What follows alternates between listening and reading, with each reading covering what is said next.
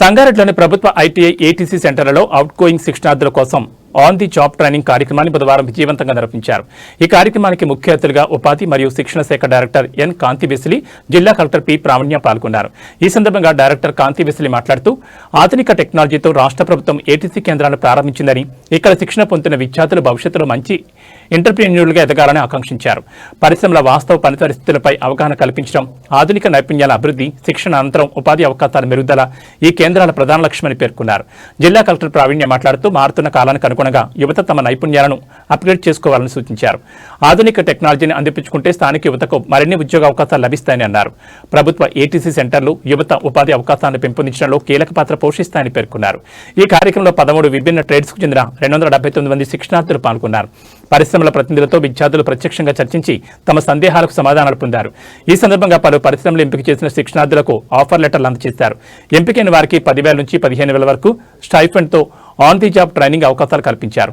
ఈ కార్యక్రమంలో ప్రాంతీయ ఉప డైరెక్టర్ ఎస్ రాజా, ప్రభుత్వ ITI Sangareddy principal D Tirupati Reddy, ప్రభుత్వ ITI Patancheru principal Srinivasarao, LET and F ప్రత్యేక అధికారి శ్రీనివాసరావు, ఏటీఓ కలీంబేగ్, టీఓలు మహేష్, రాఘవేంద్ర, బిల్లా, ఈఎస్ కళ్యాణి, జయప్రకాష్ తదితరులు పాల్గొన్నారు.